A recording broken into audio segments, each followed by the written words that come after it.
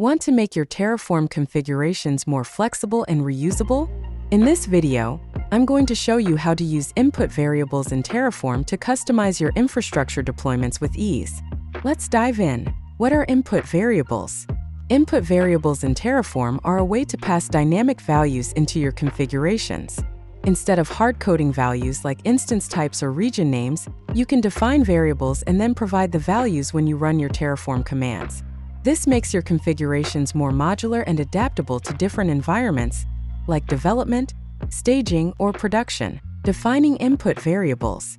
Let's start by defining some input variables in a Terraform configuration file. Open your main.tf file and define a variable block.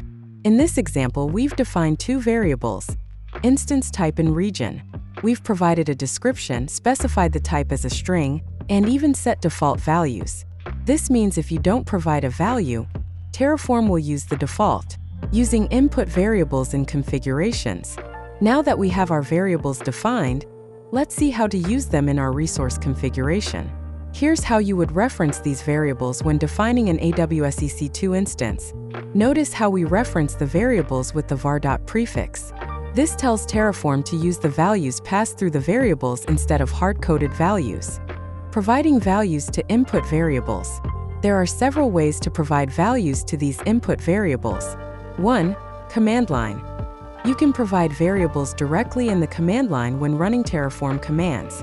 2. Variable files. You can create a.tf vars file to store your variable values, then apply it. 3. Environment variables. You can also use environment variables to set values.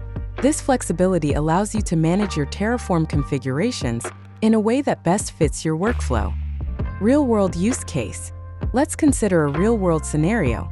You're deploying an application across multiple environments, development, staging, and production.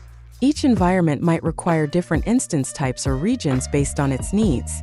By using input variables, you can easily switch between these environments by simply changing variable values without modifying the main configuration. For example, in your production environment, you might want a larger instance type. This way, the same Terraform configuration can be reused across all environments with just a few changes. And that's it.